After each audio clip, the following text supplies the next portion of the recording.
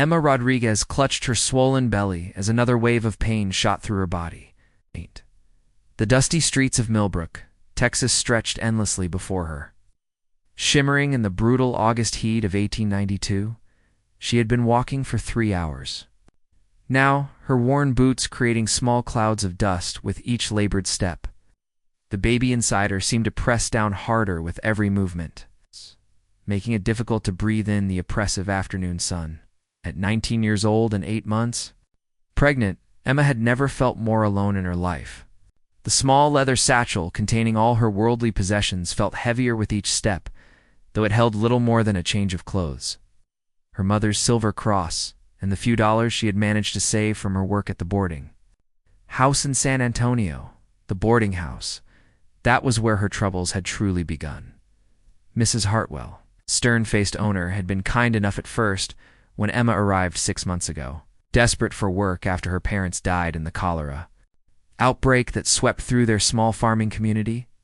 Emma had worked hard, scrubbing floors, washing linens, and serving meals to the rough men who stayed there while conducting business in the growing city. It was one of those men, smooth-talking cattle buyer named William Garrett, who had charmed Emma with promises of marriage and a better life. He spoke of his ranch in Colorado, of the fine house he would build for his bride, of the children they would raise together in prosperity and happiness. Emma, lonely and grieving for her lost family, had believed every word. For 3 months, William courted her properly, bringing flowers, taking her for walks along the San Antonio River, speaking of their future with such conviction that Emma never doubted his sincerity. When he proposed marriage, she accepted immediately, her heart full of hope for the first time since her parents' death. The intimate moments that followed their engagement had seemed natural and right to Emma, who trusted completely in their upcoming union. William assured her that their wedding would take place as soon as he finished his business dealings in the city, that he simply needed to return to Colorado briefly to prepare their home for her arrival. But as the weeks passed and Emma realized she was carrying his child, William's visits became less frequent. His explanations grew vaguer, his promises less specific. The day Emma finally gathered courage to tell him about the baby, expecting joy and perhaps an immediate wedding, William's reaction shattered her world completely. "You're certain it's mine?" he had asked coldly, his warm demeanor replaced by calculating suspicion. When Emma protested tearfully that he was the only man she had ever been intimate with, William's response was even more devastating. "Well, that's unfortunate for you. I already have a wife in Colorado. Thought you understood this was temporary." The memory of that conversation still made Emma's chest tighten with humiliation and rage. William had left San Antonio the next morning without another word, leaving Emma pregnant, unmarried, and facing social ruin. Mrs. Hartwell, upon learning of Emma's condition and the circumstances surrounding it, had given her exactly 1 week to find other accommodation. "I run a respectable establishment," Mrs. Hartwell had declared, her voice dripping with moral superiority. "I cannot have unmarried women in delicate conditions staying here. It would ruin my reputation with decent people." Emma had spent that week desperately seeking other employment, knocking on doors, pleading with potential employers, offering to work for almost nothing in exchange for a place to stay until the baby came. But word of her situation had spread quickly through San Antonio's tight social circles.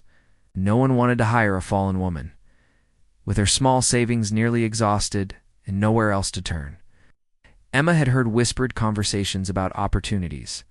In the smaller towns, scattered across Texas, Millbrook, about 50 miles northeast of San Antonio, was growing rapidly as cattlemen established ranches in the area. Surely, there would be work there for someone willing to take on any honest job. The stagecoach fare to Millbrook had taken most of Emma's remaining money. But she had convinced herself that once she arrived, she would find employment and a place to stay. She had even practiced the story she would tell that she was a young widow whose husband had died in a mining accident, leaving her alone and expecting their first child. But now, walking through Millbrook's main street under the scorching sun, Emma realized how naive her plan had been. The town was smaller than she had expected, with perhaps 300 residents at most. Everyone seemed to know everyone else, and a pregnant stranger arriving alone was bound to attract unwanted attention and questions. The few establishments she had approached, the general store, the hotel, the small restaurant, had all declined her requests for employment. Some had been polite but firm, others openly suspicious of her circumstances. The hotel proprietor had looked her up and down with obvious disapproval before stating that he had no positions available and no rooms for rent to someone in her condition. Emma's water had broken an hour ago as she sat on the bench outside the bank, trying to decide what to do next. The warm fluid had soaked through her dress, and now the contractions were coming closer together, each one forcing her to stop walking and breathe deeply until the pain subsided. She knew the baby was coming. Soon, perhaps within hours. The midwife in her home village had explained the signs to watch for, and Emma recognized them all. But she had no money for a doctor, no place to go, and no one to help her through what she knew would be the most difficult experience of her young life. As another contraction gripped her, Emma stopped walking and leaned against a wooden fence post, her knuckles white as she held on tight and tried not to cry out from the pain. The afternoon sun was beginning its descent toward the horizon when Emma realized she could no longer keep walking. The contractions were now coming every few minutes, each one more intense than the last, forcing her to double over and grip whatever support she could find until the wave of pain passed. She had made it to the edge of Millbrook's small business district, where the neat storefronts gave way to a few scattered houses and then open rangeland. The street here was less traveled, with only the occasional wagon or horseman passing by. Those people who saw her assumed she was simply a tired traveler resting in the shade. Not a young woman in active labor with nowhere to turn, Emma found. A spot behind Jameson's feed store where a large oak tree provided some shelter from the relentless heat. The ground beneath the tree was dusty but relatively clean, and a stack of empty grain sacks gave her something to lean against. She settled herself as comfortably as possible, though comfort was becoming impossible as her body prepared for the baby's arrival. She tried to remember everything the midwife back home had taught her about childbirth. Labor can take many hours for a first baby, old Mrs. Peterson had said during one of their conversations. The body needs time to open up for the little one to come through. Stay calm, breathe deep, and trust that your body knows what to do. But Mrs. Peterson had been talking about births attended by experienced women, with clean linens and warm water and all the preparations that made childbirth safer for both mother and child. Emma had none of those things, only the clothes on her back and the growing certainty that this baby would be born whether she was ready or not. As the afternoon wore on, Emma became increasingly aware that her situation was desperate. The contractions were lasting longer now, gripping her entire abdomen and lower back with a force that took her breath away. Between contractions, she tried to prepare herself mentally for what was coming, but fear kept creeping into her thoughts. What if something went wrong? What if the baby was positioned badly? Or if there were complications that required a doctor's intervention? What if she bled too much after the birth? Or if the baby wasn't breathing properly? These were the thoughts that haunted women in childbirth, even under the best circumstances. Emma's circumstances were far from best. She had seen a few people pass by during her vigil under the oak tree, but none had stopped to inquire about her welfare. A woman her age sitting alone behind a feed store was unusual enough that someone should have asked if she needed help. But perhaps her obvious pregnancy made people uncomfortable. Unmarried pregnant women were often viewed with suspicion and judgment, even when they were clearly in distress. Around 4 o'clock, as the sun began to cast longer shadows, Emma felt a new sensation that made her heart race with both excitement and terror. The baby was moving down, pressing against her pelvis in a way that meant birth was imminent. She had maybe an hour, possibly less, before this child would be born, whether she was prepared or not. Emma used the brief respites between contractions to gather what supplies she could from her surroundings. She found a relatively clean piece of canvas that had been used to cover grain sacks, and she tore strips from her petticoat to use for cleaning the baby and tying off the umbilical cord. Her mother's silver cross felt warm in her palm as she held it tightly, whispering prayers for strength and for her baby's safety. The sun was low in the sky when Emma felt the overwhelming urge to push. Her body seemed to take over completely, demanding that she work with the contractions rather than fighting against them. She braced herself against the stack of grain sacks, grateful for the tree's shade as her body did the work it was designed to do. Despite her fear and the harsh circumstances, Emma felt a fierce determination rising within her. This baby had been conceived in love, even if that love had proven false.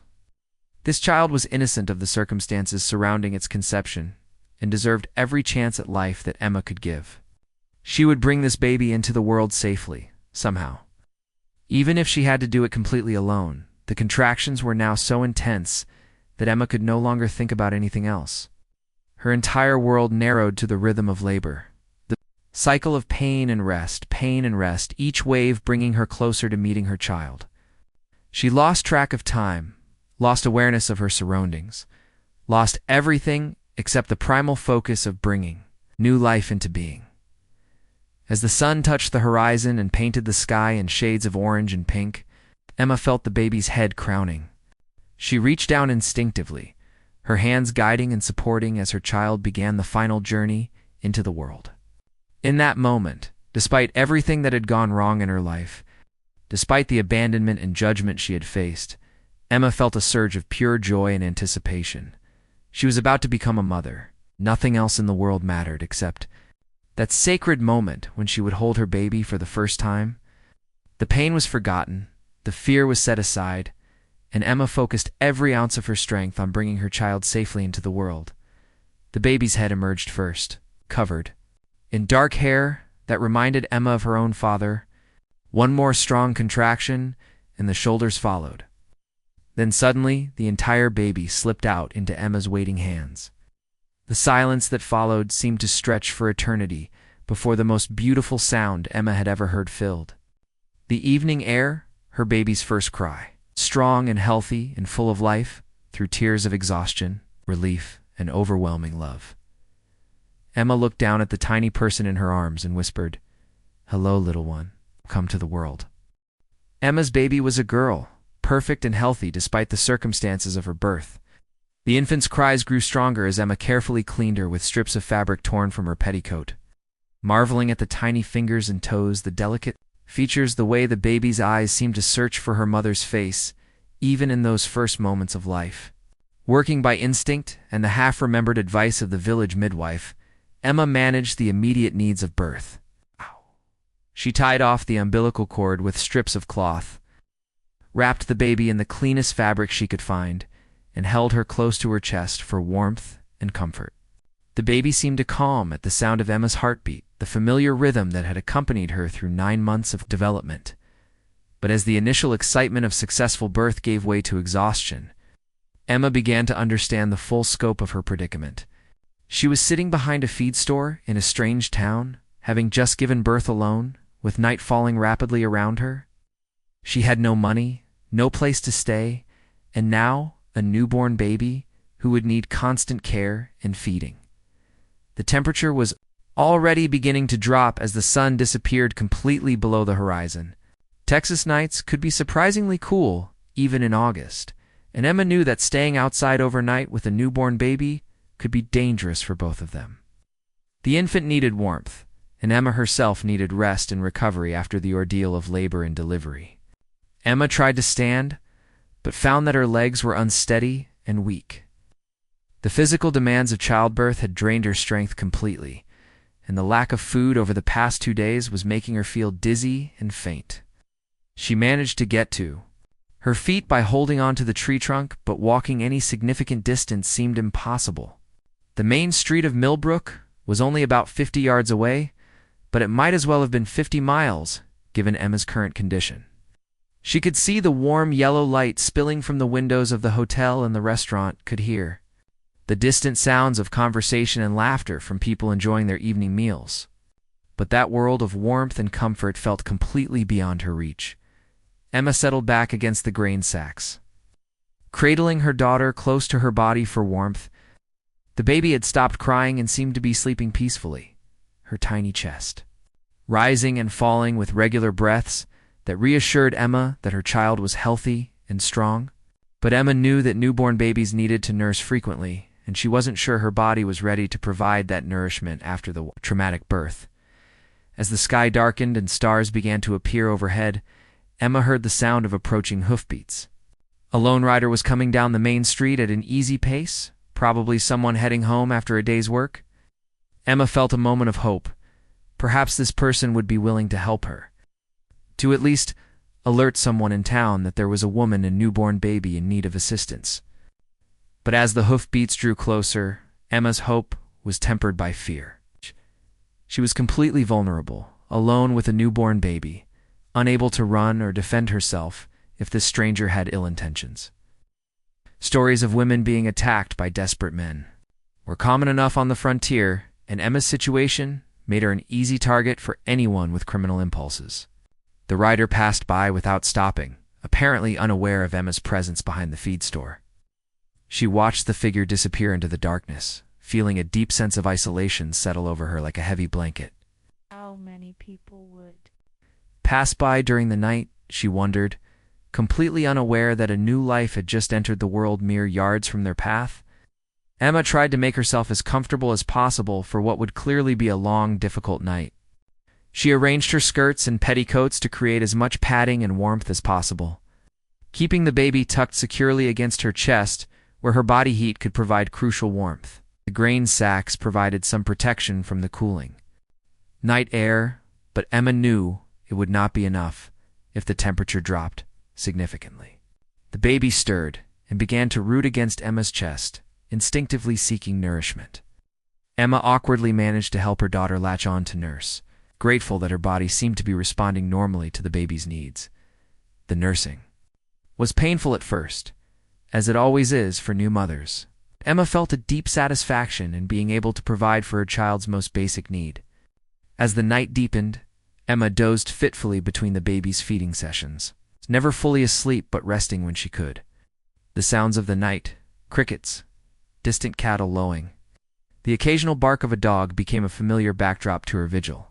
She found herself talking quietly to her daughter during the quiet moments, telling her about her grandparents who had died too young, about the dreams Emma had once had for her life, about the hopes she now held for this tiny person who had already shown such strength and determination. "You're going to be tough, little one," Emma whispered as the baby nursed in the pre-dawn darkness. "You've already proven that by coming into the world under circumstances that would challenge anyone. We'll figure this out somehow. I don't know how yet, but we'll find a way to build a good life for you." The hours passed slowly, marked by the baby's regular need for feeding and comfort. Emma's body ached from sitting in the same position for so long, and her stomach cramped with hunger. But she was determined to keep her daughter warm and fed no matter what discomfort she had to endure. As the first pale light of dawn began to appear in the eastern sky, Emma heard new sounds from the direction of town, early risers beginning their daily routines, shopkeepers opening their stores, the general bustle of a community starting another day. With daylight would come new opportunities to seek help, but also the possibility of being discovered in circumstances that would bring judgment and condemnation. Emma looked down at her sleeping daughter and made a silent promise. Whatever happened next, whatever challenges they faced, she would protect this child and find a way to give her the love and opportunities she deserved. The night had been the hardest of Emma's life, but it had also shown her a strength she didn't know she possessed. Jake Sullivan had been riding since before sunrise, his horse picking its way carefully through the early morning darkness as they made their way toward Millbrook. The cattle drive from his ranch to the railroad depot was scheduled to begin in 2 days, and Jake needed to finalize arrangements with the local banker and the livestock agent who would be handling the transportation contracts at 28 years old. Jake had been working cattle for over a decade, starting as a young ranch hand and gradually building up his own small spread through hard work, careful saving, and a few lucky breaks. His ranch, the Double S, was modest compared to some of the larger operations in the area, but it was profitable and growing steadily. More importantly, it was his own, bought and paid for through honest labor rather than inherited wealth or questionable business dealings. Jake took pride in his reputation as a fair dealer and an honest man. In a territory where a man's word was often the only contract that mattered, Jake's handshake agreements were considered as reliable as any legal document. He treated his employees well, paid his debts promptly, and had never been known to take advantage of anyone's desperation or inexperience. As the sun began to rise, painting the Texas sky in brilliant shades of orange and gold, Jake found himself thinking about the future of his ranch and his own place in the rapidly changing world of the frontier. The railroad was bringing civilization closer every year, transforming wild rangeland into organized communities with laws, schools, and churches. Jake welcomed many of these changes, but he also felt a touch of nostalgia for the simpler days, when a man's biggest concerns were whether cattle prices and finding enough good grass and water for his herd. His thoughts were interrupted by an unusual sound, the cry of a baby. It was faint but unmistakable, coming from somewhere near the feed store. As he rode into Millbrook's main street, Jake pulled his horse to a stop and listened carefully, wondering if he had imagined the sound, or if it had come from one of the houses scattered around the town's edge. There it was again, definitely a baby's cry, and it seemed to be coming from behind Jameson's feed store. Jake had heard enough newborn calves and colts to recognize the particular quality of a very young animal's distress call, and this sounded remarkably similar. But babies didn't belong behind feed stores at dawn, which meant something unusual was happening.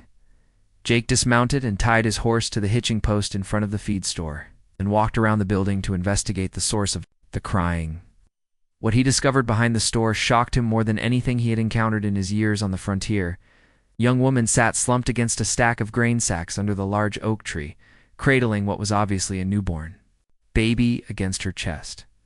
Her dress was stained and torn, her hair hung loose and disheveled around her shoulders, and her face bore the exhausted pallor of someone who had endured a tremendous ordeal. But despite her obvious distress, she held the baby with gentle competence. Rocking slightly and making soft shushing sounds to calm the infant's cries, Jake stopped several feet away, not wanting to frighten the woman by approaching too quickly. "Ma'am," he said quietly, removing his hat in a gesture of respect. "Are you all right? Do you need help?" Emma looked up at the sound of his voice, her eyes wide with a mixture of hope and fear. The man standing before her was tall and lean, with sun-weathered skin and kind blue eyes that seemed genuinely concerned for her welfare. His clothes were clean, but practical, the outfit of a working man rather than a town dandy. Most importantly, his voice carried no judgment or condemnation, only honest concern. "My baby," Emma managed to whisper, her voice hoarse from exhaustion and thirst. "She was born last night. I don't have anywhere to go." Jake felt his heart clench with sympathy and anger. What kind of circumstances would leave a woman to give birth alone behind a feed store?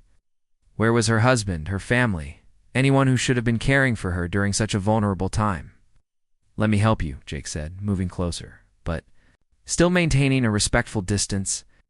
"You and the baby need medical attention and a warm, safe place to rest. Can you stand?" Emma tried to rise but found that her legs wouldn't support her weight. The night without sleep, the physical demands of childbirth, and the lack of food over the past several days had left her weakened to the point where even simple movements required tremendous effort. Seeing her struggle, Jake made a quick decision. "Ma'am, I'm going to pick you up and carry you somewhere safe. Is that acceptable to you?" Emma nodded, too exhausted to care about propriety or the potential scandal of being carried by a strange man. Her only concern was getting help for her daughter, who had begun crying again and seemed to be having difficulty staying warm in the cool morning air. Jake lifted Emma as gently as possible, as careful not to disturb the baby she held against her chest. She was lighter than he had expected, which concerned him. New mothers needed proper nutrition to recover from childbirth and to produce milk for their babies. This young woman felt almost frail in his arms, as if she had been surviving on too little food for too long. "What's your name?" Jake asked, as he carried her toward his horse. "Emma," she replied weakly. "Emma Rodriguez. And this is ... She looked down at her daughter with a mixture of love and uncertainty. "I haven't named her. Yet I wanted to make sure she was going to be all right first." "She sounds strong and healthy to me," Jake said reassuringly as he helped Emma onto his horse, making sure she was securely seated before mounting behind her. I'll get you both to Doc Morrison. He'll make sure you're both taken care of properly. They rode through Millbrook's awakening streets toward the doctor's office. Jake found himself wondering about Emma's story. She was clearly educated. Her speech suggested good schooling and upbringing. Her hands, though roughened by recent hardship, showed no signs of long-time manual labor. Yet she had given birth alone behind a feed store, with no money, and apparently no one to turn to for help. Jake had seen enough of Frontier life to know that circumstances could change quickly and drastically for anyone, especially women who found themselves without male protection in a world that offered few opportunities for independent survival. Whatever had brought Emma to such desperate straits, Jake was determined to make sure she and her baby received the help they needed. "Everything's going to be all right now," he told Emma quietly as they approached the doctor's house. "You're safe, and your daughter is going to grow up healthy and strong. I give you my word on that." Dr. Morrison was eating his breakfast when Jake's urgent knocking interrupted the quiet morning routine. A man in his 50s with graying hair and hands gentled by years of healing work. Dr. Morrison had delivered hundreds of babies and treated countless emergencies during his 20 years practicing medicine on the frontier. But even his extensive experience hadn't prepared him for the sight of Jake Sullivan. Carrying a young woman and newborn baby into his office at 7 in the morning, found them behind Jameson's feed store. Jake explained quickly as Dr. Morrison cleared his examination table and gestured for Jake to set Emma down carefully. She gave birth alone sometime during the night. Both of them need medical attention. Dr. Morrison immediately switched into his professional mode, his gentle hands already assessing Emma's condition while speaking in the calm, reassuring voice that had comforted countless patients over the years. "You did the right thing bringing them here, Jake. Ma'am, I'm Dr. Morrison, and I'm going to take good care of you and your baby." Emma felt tears of relief streaming down her cheeks as the doctor began his examination. After hours of fear and uncertainty, wondering if her baby was truly healthy, she was finally in the hands of someone who could provide real medical care and honest answers about their condition. Dr. Morrison's examination revealed that both mother and baby were in remarkably good condition considering the circumstances. Emma was dehydrated and exhausted, with some minor complications from the unassisted birth, but nothing that couldn't be treated with rest, proper nutrition, and medical attention. The baby, whom Dr. Morrison estimated to be about 8 pounds, was healthy and strong with excellent reflexes and breathing. "You did an extraordinary job managing the birth on your own," Dr. Morrison told Emma as he cleaned and swaddled the baby. "Many women with full medical assistance don't do as well as you did under such difficult conditions. Your daughter is perfect." While Dr. Morrison worked, Jake waited in the outer office, his mind churning with questions about Emma's circumstances and his own unexpected involvement in her situation. He had planned to spend the morning conducting routine business and be back at his ranch by noon. But something about this young woman and her baby had touched him in a way that made it impossible to simply walk away. When Dr. Morrison joined Jake in the outer office, his expression was serious.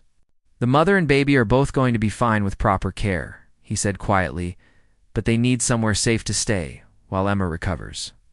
She's in no condition to be wandering around looking for work or shelter, and the baby needs consistent warmth and feeding schedules." Jake nodded, already knowing what he was going to offer, but wanting to hear the doctor's complete assessment first. "What kind of recovery time are we talking about? At least 2 weeks before she should be doing any physical work, longer if she's going to be nursing the baby?" "And Jake," Dr. Morrison's voice dropped even lower, "I need to ask you something. Delicate. Do you know anything about her circumstances? Is there a husband, family, anyone who should be notified? She only told me her name, Emma Rodriguez. I got the impression she's completely on her own." Dr. Morrison shook his head sadly. "I've seen this before. Young women, abandoned by men who promised them marriage, left to face the consequences alone.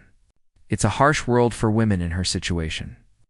Jake, most towns won't offer work to an unmarried mother, and the kind of work that is available." He trailed off, but Jake understood the implication. "She won't have to worry about that," Jake said firmly. "I'll take responsibility for her and the baby, until she's back on her feet. Dr. Morrison studied Jake's face carefully.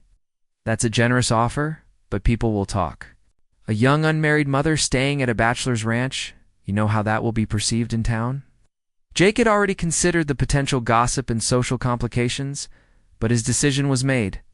Let them talk. Got Mrs. Chen, who keeps house and cooks for me and my men.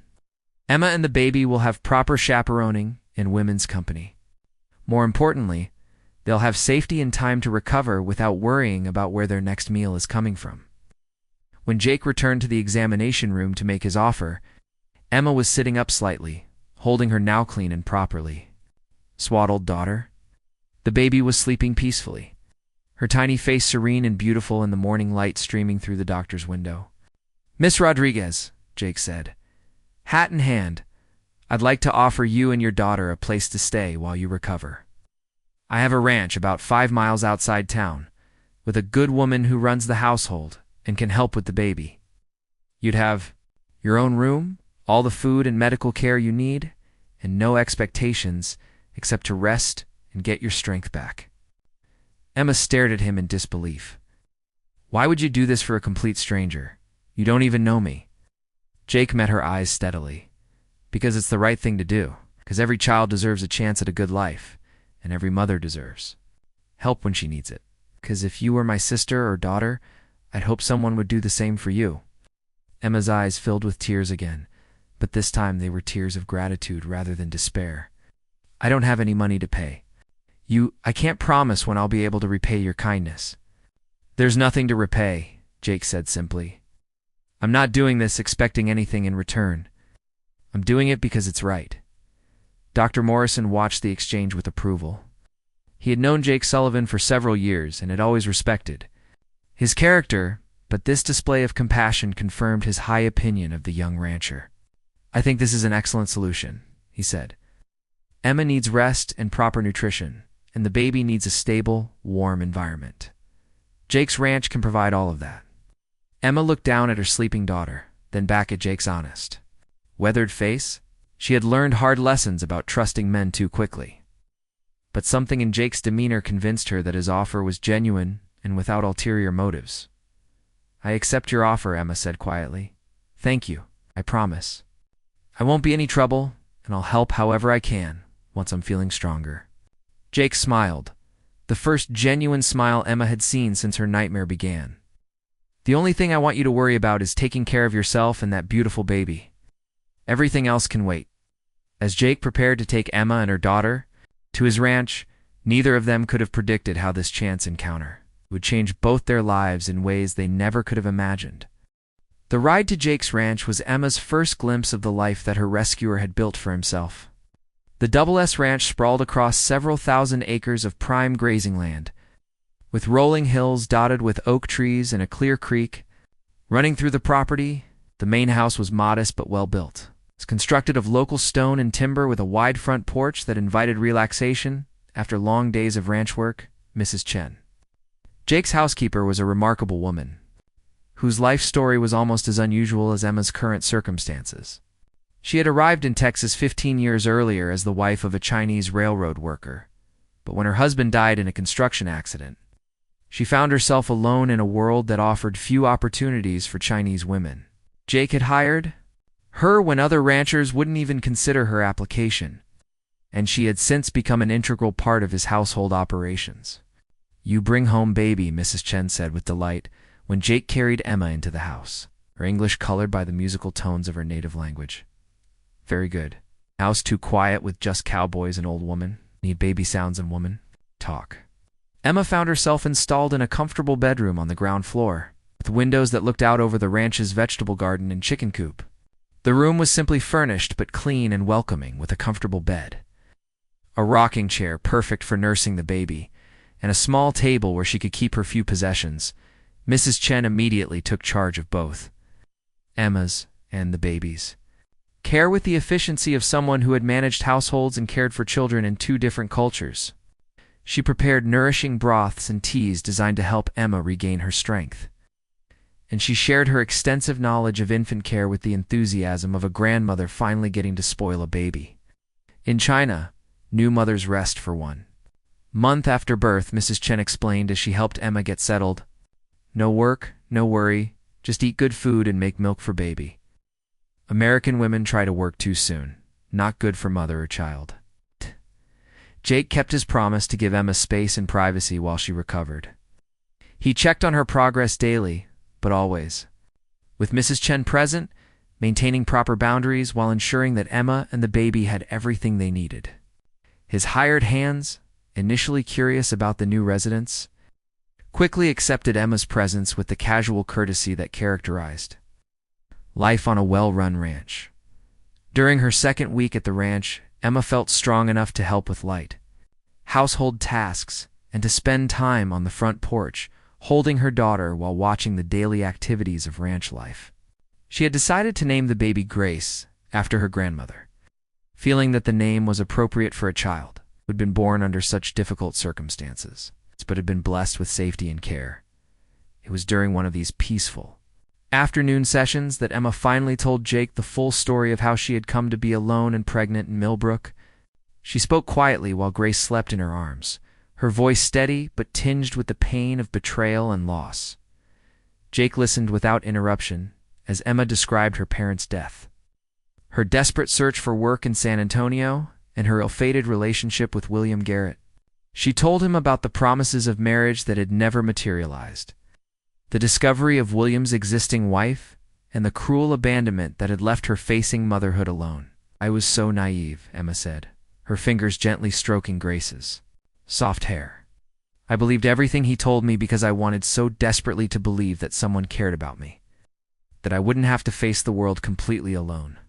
Jake felt anger rising in his chest at the callous treatment Emma had received, but he kept his voice calm and supportive. You weren't naive, Emma. You were trusting and hopeful, which are good qualities in a person. William Garrett was the one who acted dishonorably, not you.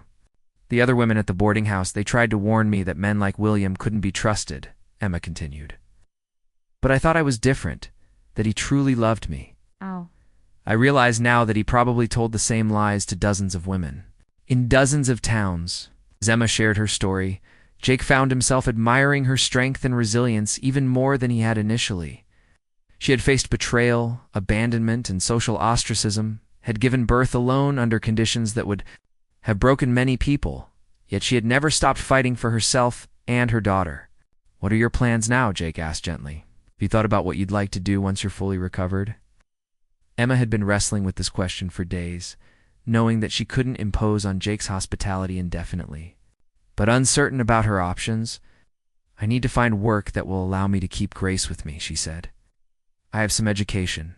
I can read and write well. I'm good with numbers. Maybe I could find work as a teacher or a clerk somewhere. Jake nodded thoughtfully. Teaching positions are hard to come by, and most schools wouldn't hire an unmarried mother anyway.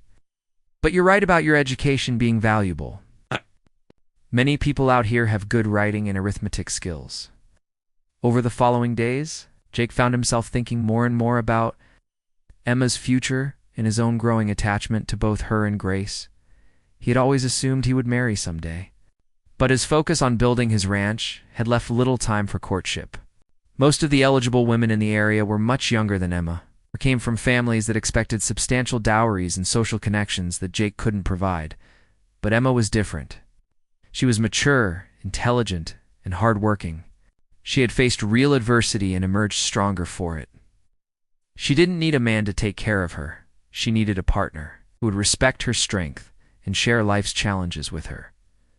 Mrs. Chen, with the wisdom of someone who had observed human nature for many years, began to make subtle comments about the compatibility between Jake and Emma. She good woman, Mrs. Chen would say, while preparing dinner. Strong mother, smart mind, kind. Heart good match for Cowboy, who worked too much and forget to find wife. Jake couldn't deny that he had come to look forward to his daily conversations with Emma, to the sound of Grace's baby sounds filling the house, to the feeling of completeness that had settled over his ranch since their arrival. But he was also acutely aware that Emma's trust in men had been badly damaged, and he didn't want to pressure her or make her feel that his continued help was conditional on romantic interest. The turning point came during Emma's third week at the ranch, When Grace became ill with a fever that had Mrs. Chen and Emma both worried, Jake rode to town immediately to fetch Dr. Morrison. Not caring that it was the middle of the night or that the doctor would charge extra for the emergency, Dr. Morrison's examination revealed that Grace had a minor infection that would respond well to treatment. But the scare had shaken Emma deeply. As she held her daughter close after the fever broke, she realized how much she had come to depend on Jake's steady presence and support.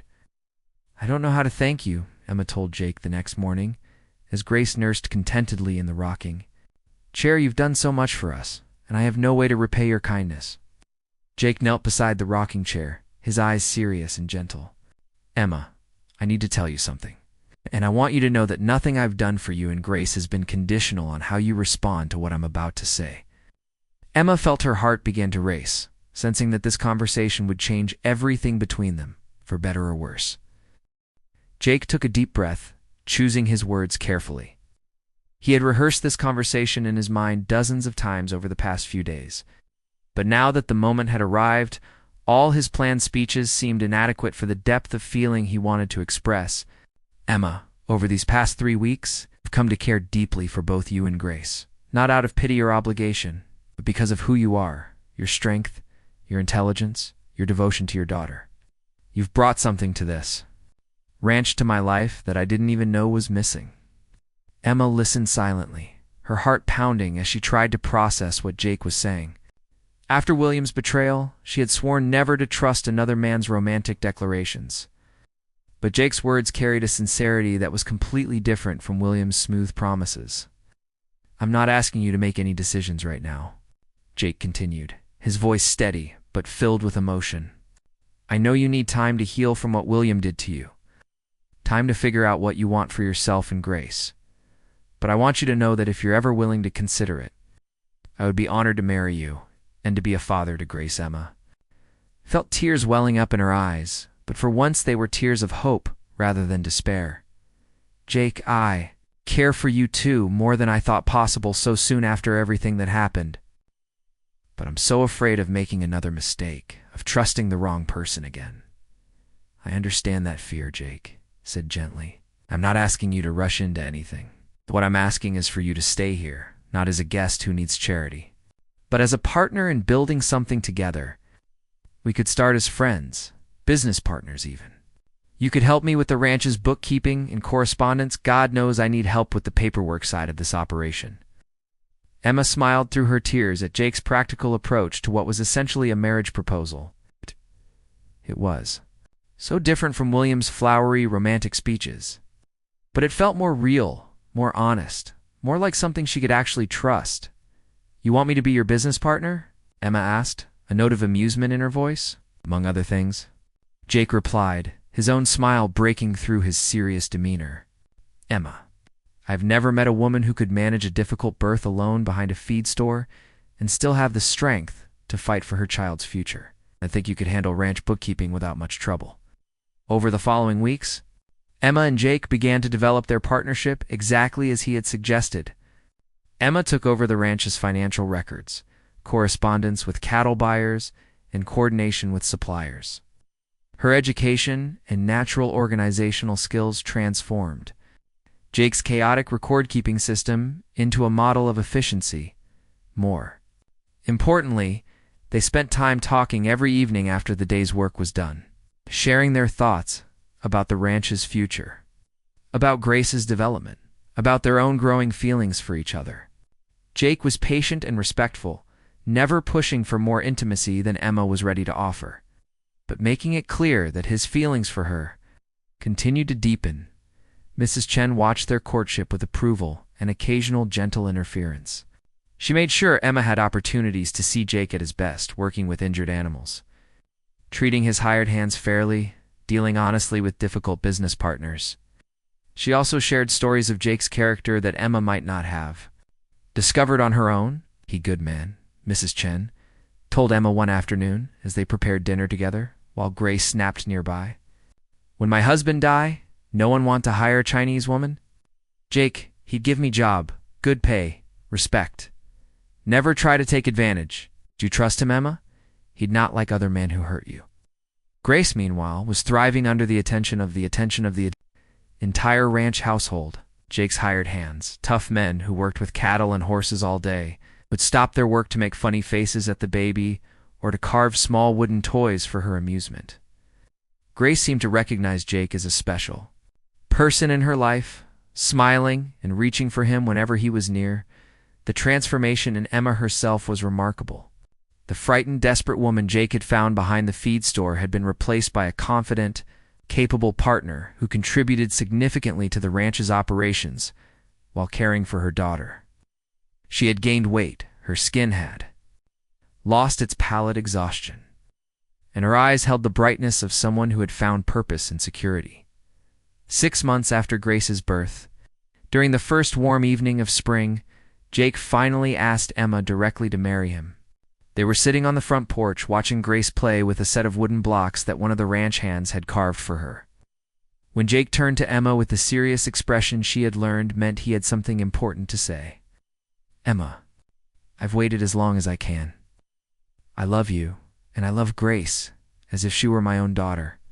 I want to marry you, not because you need protection, or because I need a housekeeper, but because I can't imagine my life without both of you in it." Emma looked at Jake's honest face, then down at Grace, who was babbling happily as she played. This man had saved them both from destitution and despair, given them safety and respect, and the chance to build a real future. More than that, he had earned her love through his consistent kindness, his integrity, and his genuine affection for her daughter. "Yes," Emma said simply, reaching for Jake's hand. "Yes, I'll marry you. Grace and I would be honored to be your family." Jake's smile was brighter than the spring sunset as he leaned over to kiss Emma gently, sealing their commitment with the promise of a shared future that neither of them could have imagined when he first found her. Behind Jameson's feed store, Grace, as if sensing the importance of the moment, clapped her hands and laughed with delight, bringing laughter and tears of joy to both of the adults who loved her. The little family that had formed from tragedy and compassion was about to become official, creating something beautiful and lasting from circumstances that had once seemed hopeless. The wedding of Jake Sullivan and Emma Rodriguez took place on a beautiful Saturday morning in late May. Exactly 1 year after Grace's dramatic birth behind Jameson's feed store, the ceremony was held at the small church in Millbrook, with Dr. Morrison serving as Jake's best man and Mrs. Chen holding Grace during the service. Emma wore a simple but elegant dress that Mrs. Chen had helped her sew, made from soft blue fabric that Jake had ordered specially from San Antonio. She carried a bouquet of wildflowers picked from the ranch's meadows, and Grace wore a tiny white dress with matching booties that had been a wedding gift from the church ladies, who had initially been suspicious of Emma's circumstances, but had come to respect her strength and devotion to her daughter. The guest list was small, but meaningful. The ranch hands who had become like family, several neighboring ranchers who had grown to value Jake's honesty in business dealings, and a handful of townspeople who had witnessed Emma's transformation from desperate stranger to respected member of the community. Pastor Williams, who had initially been reluctant to perform the ceremony due to Emma's unmarried status when Grace was born, had been won over by the obvious love and commitment between Jake and Emma. During his sermon, he spoke about second chances, about the power of compassion to heal wounds, and about the biblical principle that love covers a multitude of sins. "What we witness today," Pastor Williams said, as Jake and Emma exchanged vows, is proof that God can bring beauty from ashes, hope from despair, and love from the most unlikely circumstances. This family was formed not by convention, but by choice, not by obligation, but by love. Grace, now a year old and walking with the determined wobble of a toddler, seemed to understand that this was a special day. She sat quietly during most of the ceremony, but when Jake knelt down to include her in their vows, promising to love and protect her as his own daughter, she reached out to touch his face and said "Papa," her first clear word. The reception was held at the ranch, with Mrs. Chen outdoing herself in preparing a feast that combined American and Chinese culinary traditions. The celebration continued well into the evening, with music, dancing, storytelling that reflected the diverse community that had formed around Jake and Emma's unlikely romance. As the sun set and the guests began to make their way home, and Emma found themselves alone on their front porch with Grace sleeping peacefully in Emma's arms, they sat in comfortable silence, both reflecting on the journey that had brought them to this moment. "Do you ever think about what would have happened if you hadn't ridden into town that particular morning?" Emma asked quietly, her head resting on Jake's shoulder. "Every day," Jake replied, his arm tightening around his new wife. "But I don't think it was chance, Emma. I think we were meant to find each other, meant to become a family. Grace needed a father. You needed someone who would value you for who you really are. And I needed both of you to make my life complete." Emma smiled, remembering the desperate, frightened woman she had been just over a year ago. That woman could never have imagined the happiness and security she now felt. The deep satisfaction of being truly valued and loved, not despite her past, but including all of it. The months that followed their wedding brought new challenges and joys. Their growing family. Emma's skills with correspondence and bookkeeping proved invaluable as Jake expanded his ranching operations. And her natural intelligence and education made her a trusted advisor in all his business decisions. Grace flourished in the loving environment of the ranch, surrounded by adults who delighted in her development and protected her from the harsh realities that had marked her early entrance into the world. She grew into a bright, confident child who showed signs of inheriting both Emma's intelligence and Jake's practical nature. 2 years after their wedding, Emma gave birth to a son they named James, and then 2 years later to another daughter. Mary Grace embraced her role as big sister with enthusiasm, helping care for the younger children, and never showing any awareness that she was different from them in any way that mattered. The S Ranch became known throughout the region, not only for its high-quality cattle and honest business practices, but also for the warmth of its hospitality. Emma and Jake frequently hosted community gatherings, and their home became a place where neighbors could count on finding help during difficult times and celebration during good ones. Emma never saw or heard from William Garrett again, though. She occasionally wondered if he had continued his pattern of false promises and abandonments in other cities with other trusting women. She felt no bitterness toward him anymore, understanding that his betrayal, painful as it had been, had ultimately led her to Jake into a life far better than any William could have provided. Mrs. Chen remained with the family as Grace's surrogate, grandmother, and Emma's trusted friend, watching with satisfaction as the young woman she had helped heal grew into a confident wife, mother, and community leader. On Grace's 10th birthday, Emma told her daughter the full story of her birth and Jake's rescue, wanting her to understand the extraordinary circumstances that had brought their family together. Grace listened with wide eyes, then threw her arms around Jake and declared that she was glad he had been the cowboy who found them that morning. "I always knew you were my real papa," Grace said with the matter-of-fact confidence of a child who had never doubted her place in the world. "But now I know you chose to be, which makes it even more special." As Emma watched Jake embrace the daughter who bore no blood relationship to him, but who was unquestionably his child in every way that mattered, she felt a deep gratitude for the twists of fate that had brought them together. Her story had begun with abandonment and despair, but it had become a testament to the power of compassion, the possibility of second chances, and the truth that families are built on love rather than biology. The woman who had given birth alone, behind a feed store, had become the heart of a thriving ranch family. Proof that even the most desperate circumstances could be transformed by the simple act of one person choosing to help another in their moment of greatest need.